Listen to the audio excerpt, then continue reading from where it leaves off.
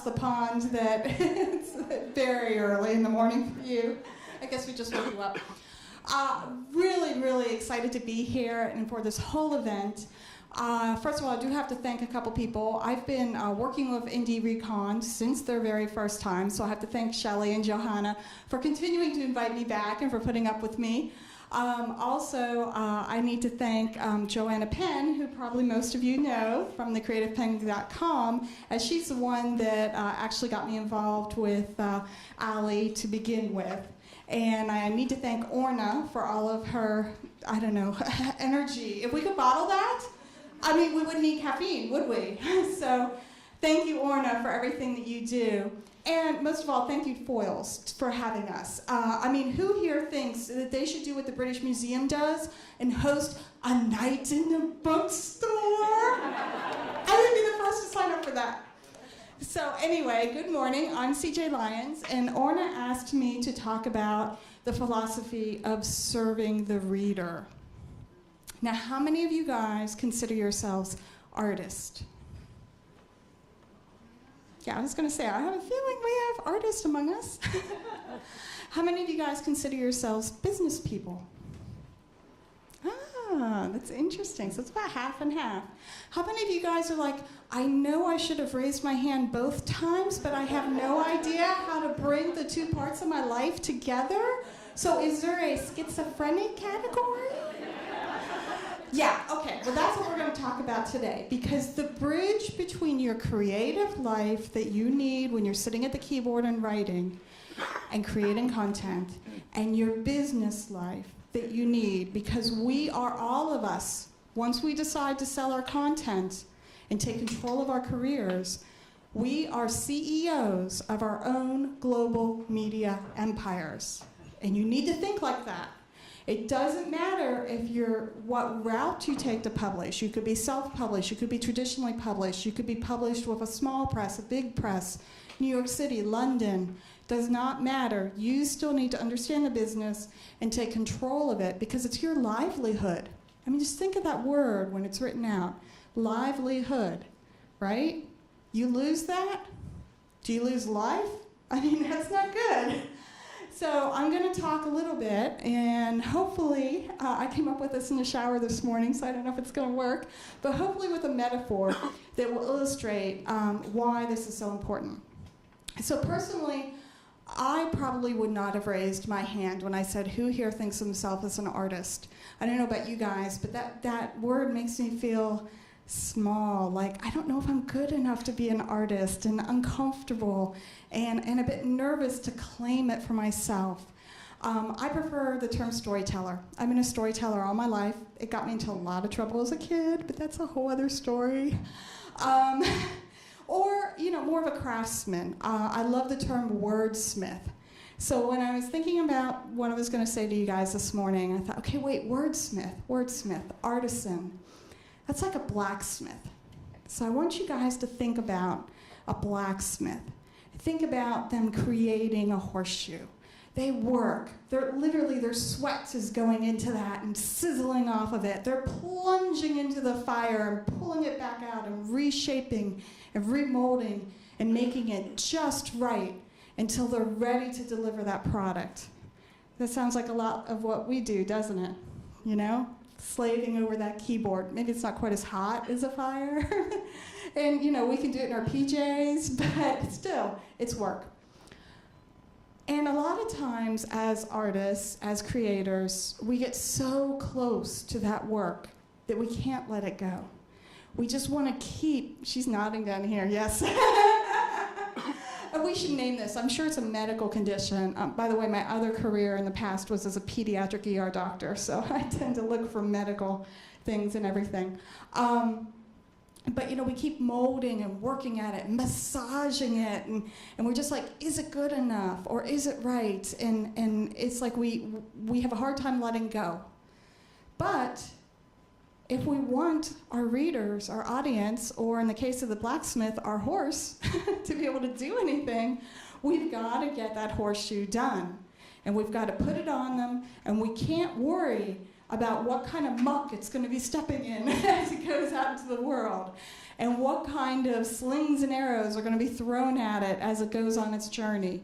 We have to walk away. And here's the real key too, though. How many hooves does a horse have? How many horseshoes do they need? More than one, right?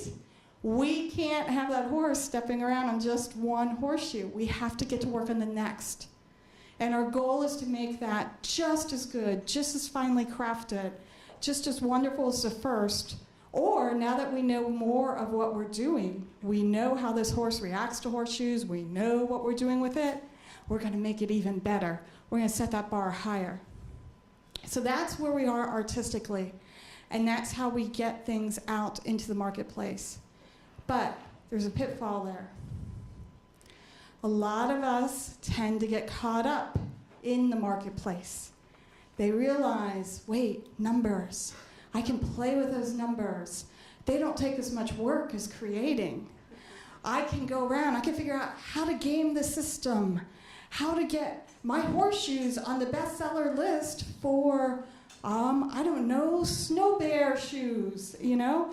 Because, maybe polar bears, they need shoes, and people that own polar bears, they might have horses, so even though I'm marketing horseshoes to them, maybe someday they'll come and they'll actually want to buy what I'm giving them. You guys have all been victims of this kind of mass marketing, I'm sure, and it doesn't work, does it?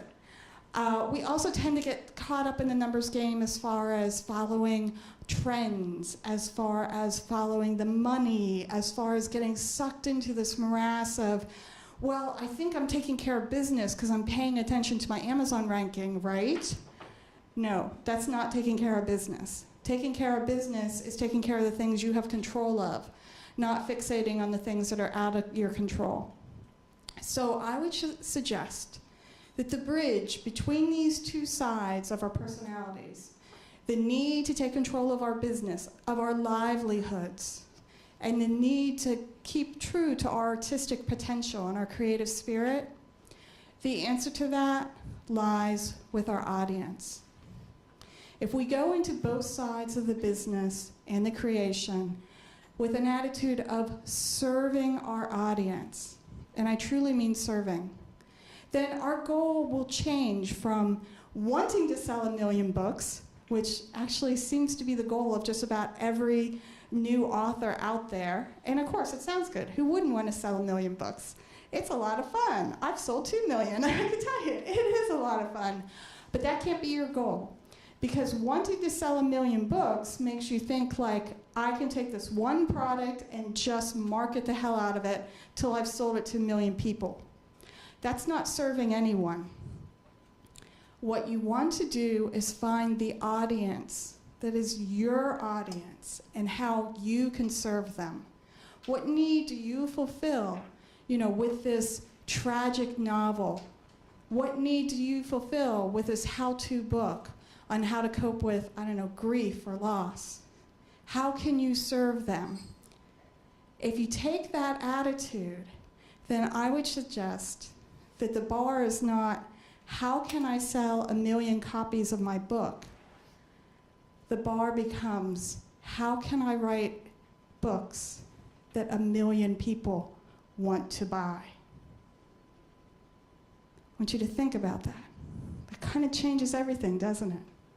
That brings the creation and the business part together and bridges that gap by making the reader the heart and soul of everything you do. And in fact, this is a strategy that I've learned. I use my mantra when I'm making any decision, whether it's business or plot related, is this going to make my readers jump for joy, shout for delight, and want to tell all their friends about my books? Because we don't start with 1 million readers. We start with 1. And if we serve that reader well, they'll tell 10 of their friends.